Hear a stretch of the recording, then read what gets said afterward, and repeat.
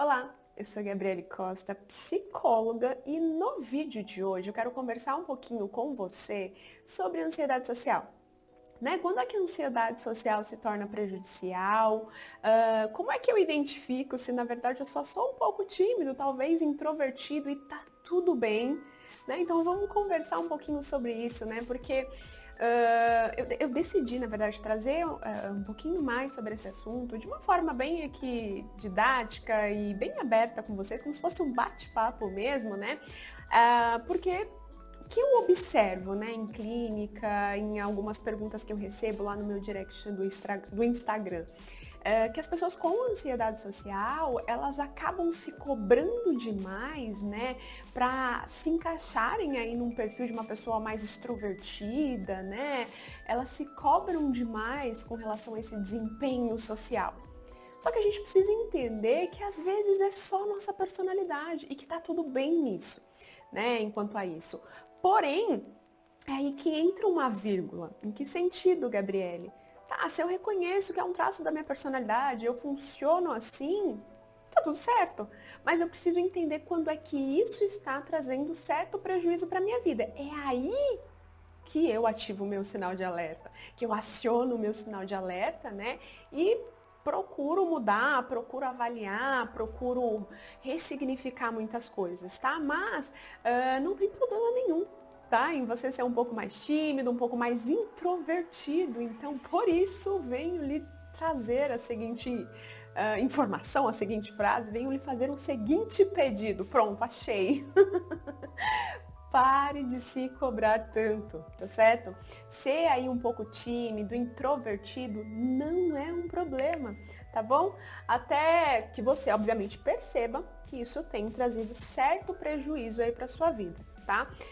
Você precisa entender que sentir-se um pouco ansioso socialmente é completamente normal, tá? Nós somos sensíveis, à raiva, à crítica, e meios de desaprovação social. Isso é da gente, isso é do ser humano, tá?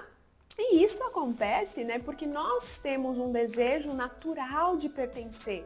A gente tem esse desejo natural aí em sermos aceitos pelas outras pessoas, tá certo? Isso vem de nós, e no livro Ansiedade Social, atua que nos primeiros 8 a 9 meses aí de idade, nós, o bebê, quando nós éramos um bebê, nós demonstrávamos aí sinais de ansiedade diante de estranhos, Tamanho o nosso apego com a mãe ou com qualquer outra pessoa, que tenha sido aí o seu cuidador, tá? Gente, que quase todos nós já tivemos um pouco de ansiedade, pelo menos uma vez ou outra, tá? Quem nunca aí foi visitar uma amiga que acabou de ganhar a bebê e decidiu pegar a criança no colo, E essa criança começou a chorar, começou a ficar ali desconfortável no seu colo, querendo a mãe.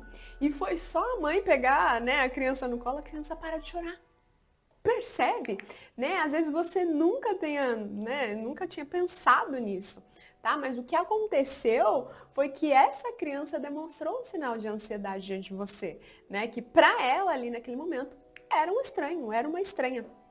Certo? Então, se você se reconhece sendo um pouco tímido e até mesmo introvertido, não se cobre tanto, tá? Primeiro porque isso pode ser um traço da sua personalidade, como eu falei no início do vídeo, E segundo porque você não precisa ser extremamente extrovertido para ter boas relações sociais, tá bom? Pare de olhar, para aquele seu amigo aí super comunicativo, E se comparar com ele. Tá? Isso gera uma cobrança desnecessária. Até porque os tímidos e os introvertidos também têm suas qualidades.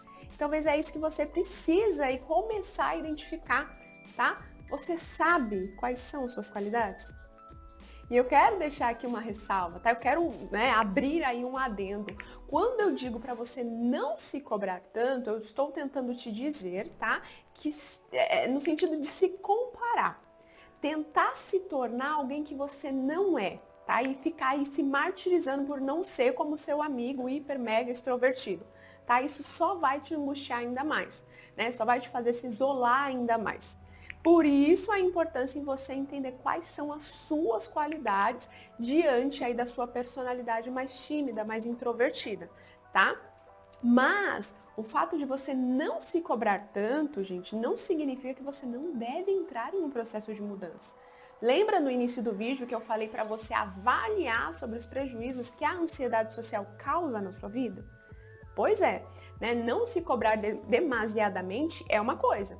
Mas se você identificar aí um prejuízo, né, diante da ansiedade social, você precisa entrar em um movimento para tentar reduzir os danos, tá? Até porque se os medos sociais interferem aí na sua vida, eles podem então se tornar, sim, problemáticos e desadaptativos, tá bom? Então, em resumo, né, o que eu quis dizer com tudo isso é que você precisa entender que você vai sim ter que sair da sua zona de conforto, mas não almejando ser o seu colega que é extrovertido, tá? Não almejando colocar para fora, né? Uma pessoa que talvez você não é. Não, agora eu vou me tornar hiper mega extrovertido. Não é isso, tá? Você precisa almejar ser uma pessoa melhor, né, que consegue socializar na medida do possível, mas respeitando quem você é, respeitando como você é, tá? Gabriele, então como eu identifico quando a ansiedade social está me prejudicando? Vamos lá. Nós, né, somos seres sociáveis, nós temos aí quase que intrinsecamente a necessidade de formar estruturas sociais, tá? Então, se a gente olha lá para o tempo das cavernas, por exemplo, né, como que essa estrutura social funcionava? Né? Com a colaboração entre todos os membros ali daquela comunidade. Como assim, Gabriele? Lá atrás, né, gente, o homem saía e o quê? Para caçar, né, para trazer o alimento e as mulheres ficavam ali cuidando das crianças, cozinhando, enfim, né? Então, consegue perceber? Era uma colaboração, tá? E o que eu quero dizer com isso? Que nós precisamos uns dos outros. Mas vamos trazer aqui para a atualidade, vamos para um exemplo mais atual para ficar mais fácil para você conseguir entender. Caso eu comece, né, a sentir uma dor de cabeça, uma dor no corpo, tosse, fadiga, quem eu vou procurar para conseguir identificar o que eu tenho? Possivelmente um médico, certo? Percebe? Eu precisei de uma outra pessoa para me ajudar. Um exemplo mais próximo de nós ainda. Digamos aí, digamos não, vou trazer um exemplo meu, que eu acho que vai ficar mais claro, né? Alguns dias atrás aí, lá em casa, o chuveiro queimou, né?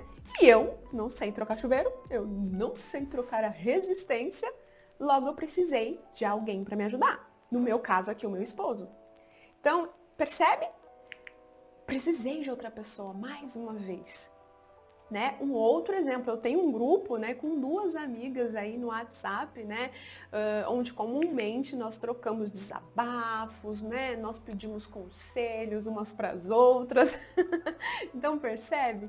Nós precisamos de outras pessoas, tá? Sejam pessoas próximas ou pessoas um pouco mais distantes, né? No caso do exemplo do médico que eu dei aqui. Tá? E é claro que aqui, né, eu estou falando, poxa, eu precisei de um médico, óbvio, Gabriele, que eu vou precisar de um médico, eu não sou médica, né, mas o que isso tem a ver com interação social? Tudo, gente. Porque tem pessoas, né, tamanho o nível da ansiedade social que não conseguem sair de casa, né? Imagine o desconforto dessas pessoas, e talvez você seja uma dessas pessoas, né, em ir ao médico e relatar o que está sentindo. Percebe como prejudica, né, esse medo, essa ansiedade, tá? Então, eu acho que esse é um primeiro ponto a ser observado. Se você reconhece prejuízo nessas áreas, né, você precisa buscar ajuda, porque olha como ela vai te atrapalhar até em buscar auxílio de um médico, até em conseguir se comunicar, né, para o médico diante do que você está sentindo. Tá? Então, o que nós conseguimos concluir é que se a ansiedade social limita o seu apoio social, ela pode se transformar em um problema, e um problema muito sério, inclusive. Tá? Isso porque a ausência desse apoio social é um dos maiores fatores de risco para vários problemas diferentes. Tá? Indo aí de doenças cardíacas, né, ao suicídio. Então, gente, a ansiedade social, ela pode, né, se transformar sim em um problema e ela nos impede de utilizar a nossa rede de apoio, tá? tá? Porque essa rede de apoio, gente, é que nos ajuda a manter a nossa saúde mental. É essa rede de apoio que nos ajuda até mesmo a regular as nossas emoções. Sério, Gabriele? Sério, gente. Ajuda, né, na regulação aí das nossas emoções. Hoffman, né, do livro que eu te falei, aponta que existem aí, no mínimo 4 maneiras diferentes, né, pelas quais nós regulamos nossas emoções por intermédio de outras pessoas. E quais maneiras são essas, né? Por meio do aumento aí do afeto, né? Aqui nós vamos... Estou pensando aqui em um exemplo que eu posso trazer para vocês, né? Deste aumento do afeto positivo, né? Então aqui a gente pode, por exemplo, lembrei de um, né? Quando a gente vai a um happy hour com os colegas de trabalho, tá? Ou vai a um encontro com alguns amigos, vai a um cinema com o nosso parceiro ou parceira, né? Por quê? Tudo isso aumenta o nosso sentimento de felicidade e prazer, percebe? Com pessoas. Me traz essa regulação, me traz essa sensação de felicidade, de prazer, tá? Uma segunda maneira, né, quando nós consideramos as situações vivenciadas pelas outras pessoas, tá? Com o intuito aí de nos tranquilizarmos. Como assim, Gabriele? Né? Então, quando eu penso em algum problema que minha mãe já passou, alguma situação que eu estou passando e vivenciando atualmente, e eu, de certa forma, consigo me tranquilizar, porque eu acabo avaliando, né, que não há com que eu me preocupar. Porque se alguém já conseguiu passar por essa dificuldade, pode ser que eu também consiga, né? Um outro exemplo, né, que aconteceu comigo também, né, e eu estou trazendo esses exemplos meus para facilitar, tá bom? Então, uma outra maneira, né, que essa socialização, que esse apoio nos ajuda na regulação das nossas emoções, né? Eu estou fazendo um curso, tá? Para colocar em prática em um projeto que eu tenho. E muitas vezes vem aquela incerteza, sabe? Uma insegurança.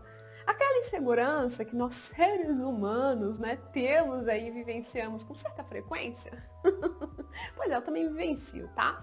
E o que me auxilia a regular minha emoção, obviamente, que é identificar o pensamento automático, que é questionar esse pensamento, né, que é trazer evidências, que é fortalecer a minha crença funcional e deixar a minha crença disfuncional ali, né, mais ali, né, inativa, né? É óbvio que eu faço tudo isso, faz parte da reestruturação cognitiva, mas uma outra coisa é quando a gente consegue olhar para as outras pessoas, né, que já conseguiram colocar em prática esse curso e falar, tá, se ele conseguiu, eu também vou conseguir. Por que é que eu não vou? Eu também tenho capacidade, né? E, consequentemente, isso me ajuda a regular a minha emoção negativa naquele momento, né? Então, a gente olhar para o outro e aqui não comparar, né? Porque eu falei para você não se comparar, mas eu olhar e falar assim, uau, se uma pessoa conseguiu fazer, eu também consigo. Eu também posso tentar. O que foi que ela fez? E aí a gente entra num outro ponto, né? Que é quando a gente acaba modulando. Eu olho para o outro e tento encaixar. O que essa pessoa fez?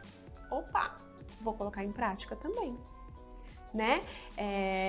E um outro fator é quando buscamos, né, a pessoa para obter o conforto e a empatia. Aqui a gente pode retornar, né, ao exemplo que eu dei no meu grupo de WhatsApp com as minhas 2 amigas. Lá a gente sempre está em busca desse conforto, dessa empatia e até mesmo dos conselhos sobre o que a gente deve ou não fazer diante da situação que compartilhamos, tá? Então, percebe como a socialização, né, ela nos ajuda, como é importante eu ter esse apoio, essa rede de apoio, tá? Ter essas interações é importante, entende? Então aqui a gente chega à conclusão que se a ansiedade social me leva ao isolamento social e à solidão, ela me limita, ela me prejudica diante da construção dessa minha rede de apoio, né? Que muito me ajuda no processo de regulação emocional, né? No meu processo aí, numa coisa que todo ser humano tem, da necessidade de pertencer a um grupo.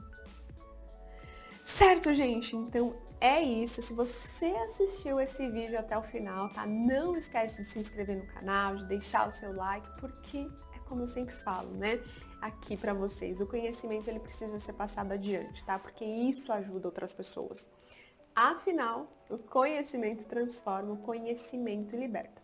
Bom, até o próximo vídeo. Tchau, tchau.